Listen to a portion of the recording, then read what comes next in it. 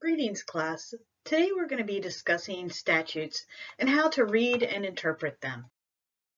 But first, let's start with a refresher on citations. Remember when you're looking at citations, you would refer to the volume or title number, the abbreviation for the version of the code, the section, and the date. The volume or title number precedes the abbreviation, and the section follows the abbreviation. The date is the date that the statute was issued. Remember, if you're looking in the books, that there may be a pocket part or supplement, and you should note that in the date if you are providing a citation from a statute that you're reading in an actual physical book.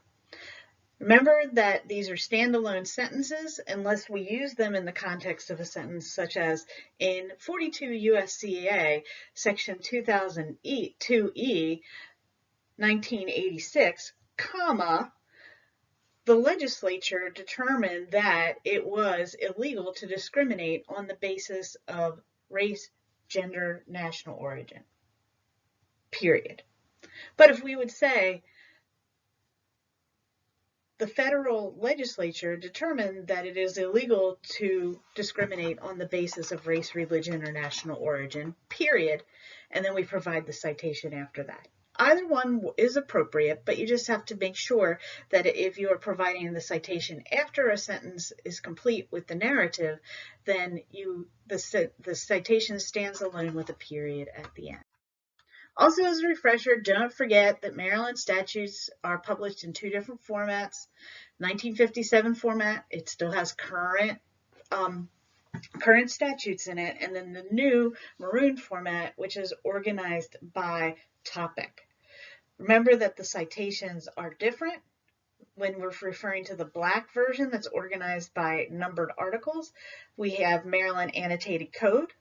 And then when we're looking at the maroon version, which is organized by topic, it is referred to as the Maryland Code Annotated. Make sure that your abbreviations and punctuations are in accordance with Blue Book form. When we look at statutes, some of them are very well written. They're concise and they're easy to understand. But then some are not well written. They're very long and they're complex.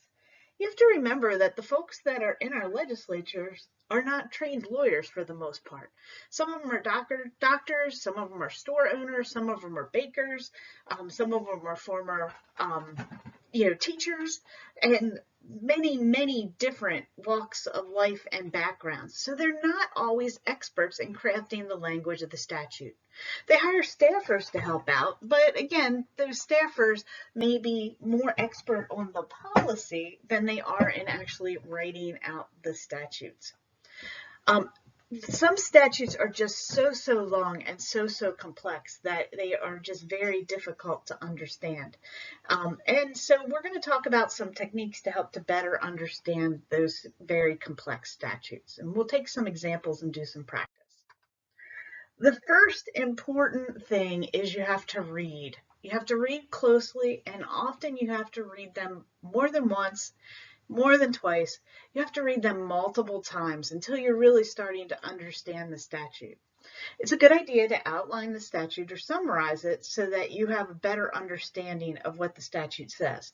Also, if you're working in a law firm and you will have to do research and understand the statute now, but not refer to it again for several months until the case goes to court, this summary or outline will help you remember your understanding of the statute and memorialize that so you don't have to go through the process all over again.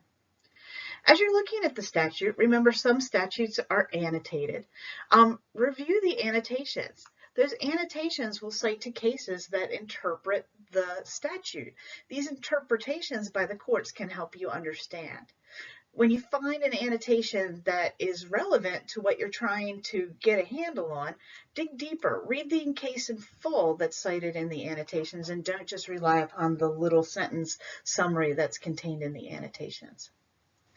Also, if you're having trouble understanding a complex statute, find and read secondary authorities that explain the statute. This may be law review articles, it could be a legal encyclopedia, or it could be journals and other types of things, or treatises. But that is another way to help you understand what statutes mean. Read the statutes that are numerically in order before and after the statute. Take a look at the table of contents for the statutes to understand the context in which the statute's written and where it's positioned within the law. Understanding the preceding and following statutes that are under the same topics will also often give you the context necessary to gain a better understanding. Also, the statutes will be written with lots of subsections, and they often relate back to each other. Literally connect the dots. If you have a printout or if you're doing it electronically, like draw lines to show how statutes and subsections relate back to each other. Oftentimes as well, a statute, a certain section, section 2-602 of the criminal law article of the code, would have a reference to perhaps another statute like 2-603. Read the reference statutory language as well. Again, it will help to give you context. There are some techniques to helping you understand the statute and things that you definitely should be looking for. When you're reading a statute, look for the elements. So sometimes you will see something that is listed by letters or numbers, and they will be elements to what needs to be proven or disproven to fall under the statute. Or it may be a sentence that can be broken down into elements. So we're going to look at burglary, and you'll be familiar with that from doing the IRAC method as we look at how to break down the elements. Another thing that is absolutely critical in a statute are conjunctive and disjunctive words. And or. These are hugely important. And means you have to have all of the things, or means you have to have one of several listed items. These can change the meaning entirely. It's important in reading statutes, it's important in writing contracts and other documents as well. Look for mandatory language versus discretionary language. Words like shall or will is mandatory. You have to do it. Word like should is more discretionary, and it's a good idea, but it's not absolutely required. Also, look for conditions. These are often found in limiting phrases, which would be an example of except when the person is driving to the hospital, speeding over, or operating. Let's start over with that. Except when driving to the hospital, operating a vehicle over 50 miles an hour on this road is prohibited. That would be a condition. So it's not prohibited if you are driving to the hospital. Look for exceptions and then separate out exceptions. Oftentimes there will be lots of exceptions. They could be listed in limiting phrases, or they could be literally listed out, and it will say except for these circumstances, and then we'll have a list. So let's take a look at a pretty easy statute, and one that you might have some familiarity with regard to the concepts. Remember we talked about the IRAC method, and it was concept of common law burglary versus the statutory version of a burglary. Well, here are some statutory versions of burglary, and you're going to see that there's a little bit of a difference. Start out by, again, recognizing whoops, that's a little scratchy, but start to recognize what version of the, what article of the code you're in. What's the context? So criminal law. So this is going to be dealing with crimes and punishments.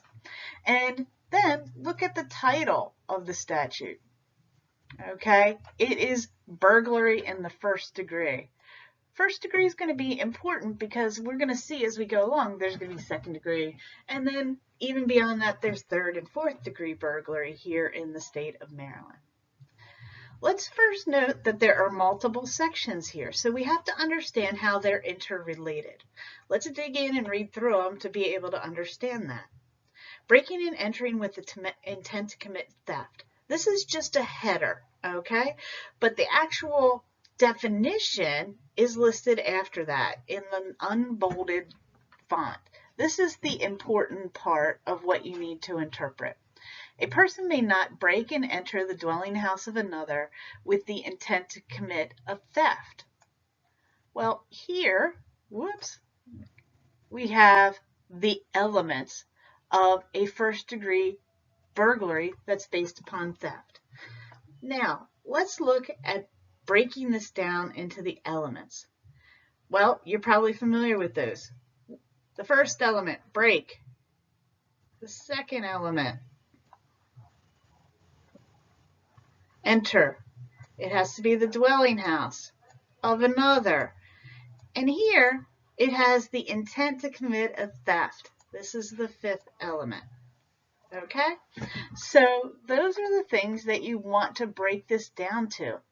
And all of these things have to take place for there to be a violation of this statute under a theft-related burglary, because it is prohibited conduct.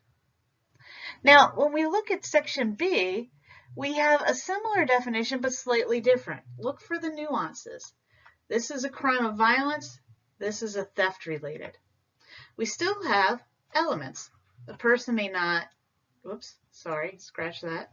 A person may not break and enter the dwelling house of another with the specific intent, or with the intent to commit a crime of violence. Again, notice the differences between the two.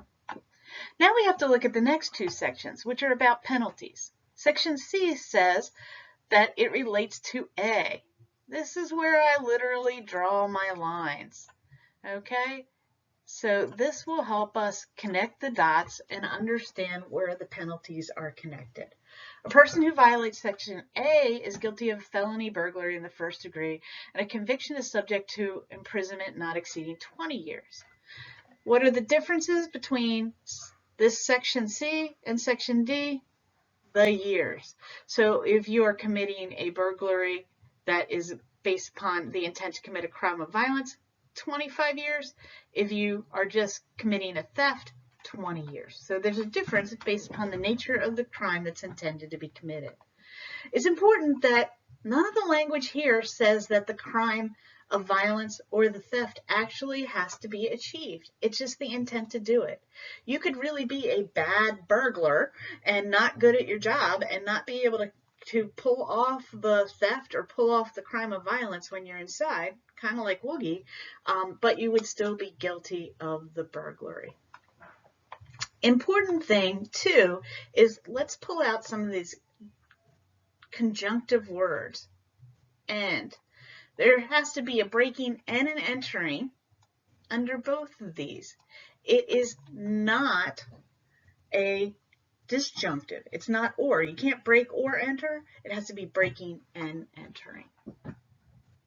Moving on, let's look at second-degree burglary. Again, in the context, this is part of the criminal law. We read the one before. That was first-degree burglary, so we know it's going to have to be a little bit different.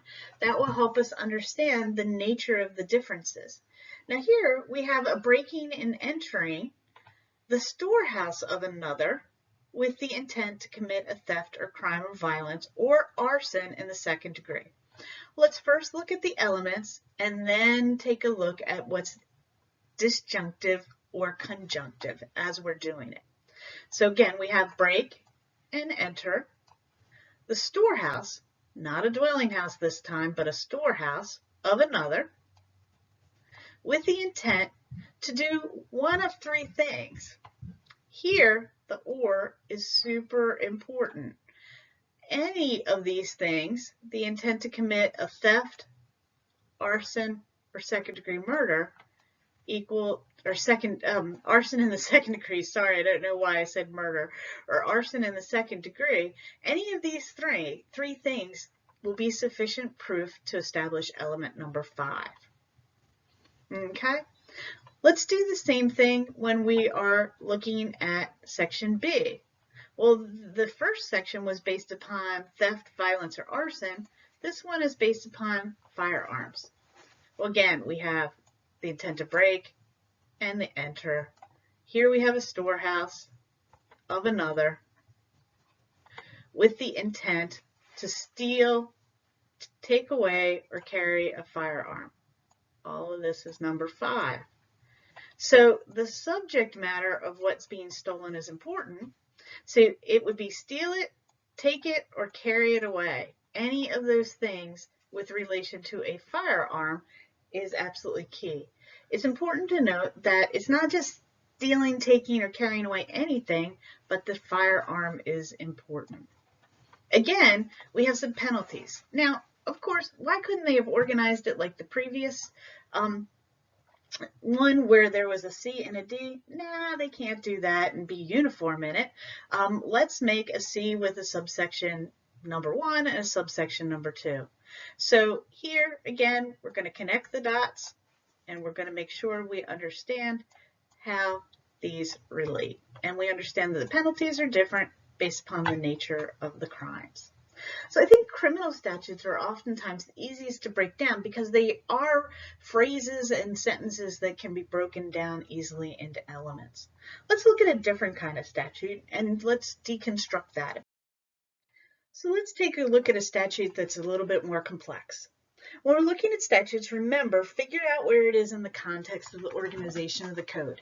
Here we're dealing with the family law article, but then we realize it's under the concept of marriage and minors of marriage. Now note here that the title deals with 16 or 17 or under the age of 16. The title doesn't match up with the language of the statute, which is 15, not 16 under the age of. So, you know, the thing is that the language of the title is actually often written by the publisher, whereas the language of the statute comes from the legislature. Remember that the language of the statute and not the description of it in the title is what governs. So let's explore how to analyze this statute. Well, first of all, we have to kind of say, well, what's the first section dealing with? Well, look at those disjunctives. An individual, 16 or 17-year-olds, may not marry. Now, unless is a super important word here because this is going to start our list of exceptions. Unless the individual has the consent of a parent or guardian, disjunctive, more than one type of person can consent, and the parent or guardian has to do not only consent, but they have to swear that the individual is at least 16 years old. So you need to have two things here because of the word and. You need to have consent and you need to have the swearing. Okay. Now, there's a second exception, and because it's or, that means that one of these two can exist to allow somebody the ages of 16 or 17 to marry. But we have a condition precedent here. If the individual does not have the consent of a parent or guardian, then something gets triggered. Either party to be married can give a certificate to the clerk from a licensed physician, a licensed assistant, or a certified nurse. Okay, and that certificate has to state certain things. It has to state that the practitioner has examined the woman to be married and is found pregnant or has given birth to the child. Okay, so those two things come together. They tie in here, but they're all related to the end. Okay, let's look at the next section. A marriage of an individual 15 years old. So no range span here, just 15 years old. An individual may not marry unless, again, some exceptions to this rule. The individual has the consent of a parent or a guardian, disjunctive, one of two people, and this is different than subsection A. Subsection B has a conjunctive between the subsections 1 and 2. Okay, so here both have to exist. You have to have consent of a parent or guardian, and you have to have either party to be married gives the clerk the certification. Okay, so again, multiple people can do the certification and multiple people can do the examination, but it has to be the certificate shows that there was both examined and also found to be pregnant or previously given birth. Note that none of these things have to say that people that are getting married are actually both the parents of the child. The father could be somebody completely different. Okay. Then, last section, C. This is marriage under the age of 15. An individual under the age of 15 may not marry. Period. No unless, no other part of the statute. It just stops here. That means that there are no exceptions, and that's pretty straightforward. So those are some examples of techniques and words that you should pull out when you're taking a look at a statute to help to understand it. Again, this is a pretty short statute, especially in the federal code. Some statutes will go on for pages and pages and pages and have multiple cross-references. So they can be pretty tough. So it's important to be able to sit down and read the statute in its entirety and to focus on the verbiage that is used.